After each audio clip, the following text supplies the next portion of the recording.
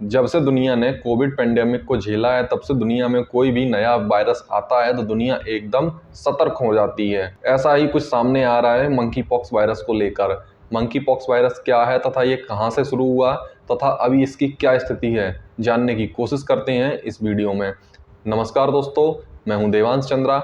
आप देख रहे हैं rewind India YouTube channel.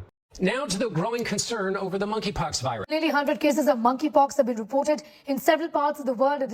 Monkeypox, 2 new suspected cases now under investigation. तो अभी दुनिया से कोरोना का खतरा टला नहीं है, एक नए वायरस ने दस्तक दे दी है। इसका नाम है मंकी पॉक्स। अभी तक दुनिया के 12 देशों में 80 से ज्यादा लोग मंकी पॉक्स की चपेट में आ चुके हैं। मंकी पॉक्स वायरस का नाम सुनने में चिकन पॉक्स और स्मॉल पॉक्स से मिलता जुलता लगता है। क्या इसका इससे कोई संबंध है, तो ये भी जान लीजिए। जैसे मंकी पॉक्स, चिकन पॉक्स और स्मॉल पॉक्स के नाम में सिमिलरिटीज पाई जाती हैं, वैसे ही इनके सिम्टम्स में भी सिमिलरिटीज देखी जा सकती हैं। Monkey pox virus pox wired family का हिस्सा है तथा इसी फैमिली में वेरियोला वायरस पाया जाता है जो चिकन पॉक्स के लिए जिम्मेदार रहता है। इसके अलावा वैक्सीनिया वायरस, जिससे स्मॉल पॉक्स की वैक्सीन बनाई जाती है, वो भी इसी वायरस फैमिली का हिस्सा है। वैसे तो मंकी पॉक्स वायरस एक रेयर बीमारी है, लेकिन आप सोच रहे होंगे मंकी पॉक्स वायरस का नाम मंकी पॉक्स ही क्यों है, क्यों इसका नाम काऊ पॉक्स या बफेलो पॉक्स नहीं रखा गया है। तो इसके पीछे की वजह भी जान लेते हैं। सन 1958 में बंदरों की कॉलोनी में एक नई बीमारी देखी गई तथा इस बीमारी का नाम मंकी पॉक्स इसीलिए रखा गया क्योंकि ये पहली बार बंदरों की कॉलोनी में पाई गई थी।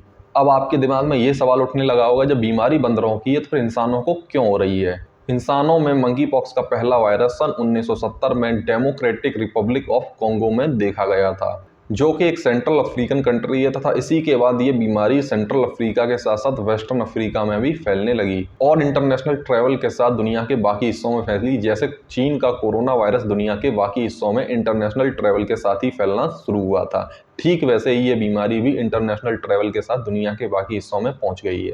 दुनिया के बाकी हिस्सों में ये बीमारी फैली तो लोगों को पता कैसे चलेगा कि उन्हें मंकी पॉक्स ही है, चिकन पॉक्स या स्मॉल पॉक्स नहीं। तो इसके सिम्टम्स को भी जान लेते हैं। सिम्टम्स की बात की जाए तो फीवर, सिर दर्द, मांसपेशियों में दर्द, बैक में दर्द तथा ठंड लगना, ये तो मंकी पॉक्स, चिकन पॉक्स और स्मॉल पॉक्स के कॉमन सिम्टम्स हैं। यदि बात की जाए मंकी पॉक्स के स्पेसिफिक सिम्टम की तो इसमें थकावट के साथ साथ लिम्फ नोड में भी सूजन आ जाती है। ये तो हो गई मंकी पॉक्स वायरस के सिम्टम्स की बात। आपको पता कैसे चलेगा कि आप इस वायरस की चपेट में कब आए थे।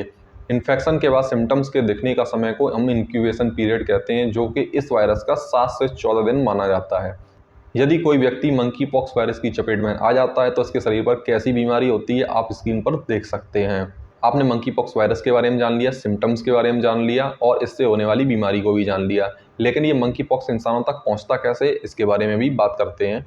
जब कोई व्यक्ति इन्फेक्टेड एनिमल या पर्सन के कांटेक्ट में आता है या कंटेमिनेटेड मटेरियल के कांटेक्ट में आता है, तब ये वायरस इंसानों में आंख, नाक, मुंह, स्किन के टूटे फूटे हिस्से या फिर घाव के द्वारा अंदर जाता है। यदि बात की जाए एनिमल टू ह्यूमन इन्फेक्शन की तो किसी जानवर द्वारा काटे जाने या स्क्रैच के द्वारा तथा बॉडी फ्लूइड्स के कांटेक्ट के आने से ये एंटर हो सकता है। यदि बात की जाए ह्यूमन टू ह्यूमन इन्फेक्शन की तो ये लार्ज रेस्पिरेटरी ड्रॉपलेट्स के द्वारा एंटर कर सकता है, यानी कि सांस के द्वारा बाहर आने वाली बूंदें जो कि कुछ फीट तक ही ट्रेवल कर सकती है। इसलिए ह्यूमन टू ह्यूमन इन्फेक्शन के लिए फेस टू फेस होना जरूरी है तथा ये कॉमन बॉडी फ्लूइड्स के द्वारा भी इन्फेक्ट कर सकता है। यदि कोई इंसान मंकी पॉक्स वायरस से इन्फेक्टेड है तो आप उससे बचेंगे कैसे, इसके बचने के कुछ उपाय भी हैं। जानवरों के कांटेक्ट में आने से बचने से भी इस वायरस से बचा जा सकता है। इसके अलावा ऐसी जगह से बचना जिस जगह पर कोई भी इन्फेक्टेड जानवर या बीमार जानवर रहता रहा हो। यदि कोई इंसान इस वायरस की चपेट में आ चुका है तो उस इंसान को आइसोलेट करके तथा कोविड की तरह हाइजीन का पालन करके भी इस वायरस से बचा जा सकता है। मंकी पॉक्स वायरस के ट्रीटमेंट की बात की जाए तो इस समय पर दुनिया में इसका कोई भी प्रूवन ट्रीटमेंट नहीं है, लेकिन स्मॉल पॉक्स की वैक्सीन 85% तक इस वायरस से बचा सकती है।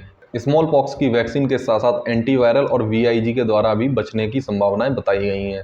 मंकी पॉक्स वायरस के फर्टिलिटी रेट यानी कि इससे होने वाली मृत्यु की बात की जाए तो लगभग 10% के आसपास मृत्यु दर बताई जाती है, लेकिन सन 2017 में नाइजीरिया में 3% के आसपास मृत्यु दर देखी गई थी।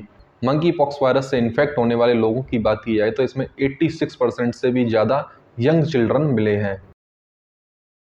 काफ़ी लोगों के दिमाग में ये सवाल उठने लग रहा है कि क्या कोविड की तरह मंकी पॉक्स से भी दुनिया में लॉकडाउन लग सकता है, तो अभी तक इसकी संभावनाएं काफ़ी कम है। दुनिया के लगभग 12 या 13 देशों में 100 के करीब केस ही सामने आए हैं। और इसमें अच्छी बात यह मिली है कि हमारे देश, हमारे पड़ोसी देश में अभी इसका कोई मामला सामने नहीं आया है। काफ़ी लोग ये सोचने लगे होंगे अभी नहीं सामने आया तो भविष्य में सामने आ सकता है, इसके लिए हमारे देश की सरकार क्या कर रही है, तो ये भी जान लीजिए। हमारे देश की गवर्नमेंट ने मंकी पॉक्स के बढ़ते हुए मामलों को देखते हुए यूरोपियन गवर्नमेंट के साथ एक मीटिंग को अटेंड किया है तथा भारत में आने वाले लोगों की स्क्रीनिंग भी की जा रही है। आशा करते हैं आपको वीडियो पसंद आया होगा। यदि वीडियो पसंद आया तो चैनल को शेयर करें, सब्सक्राइब करें, लाइक और कमेंट भी करें। धन्यवाद।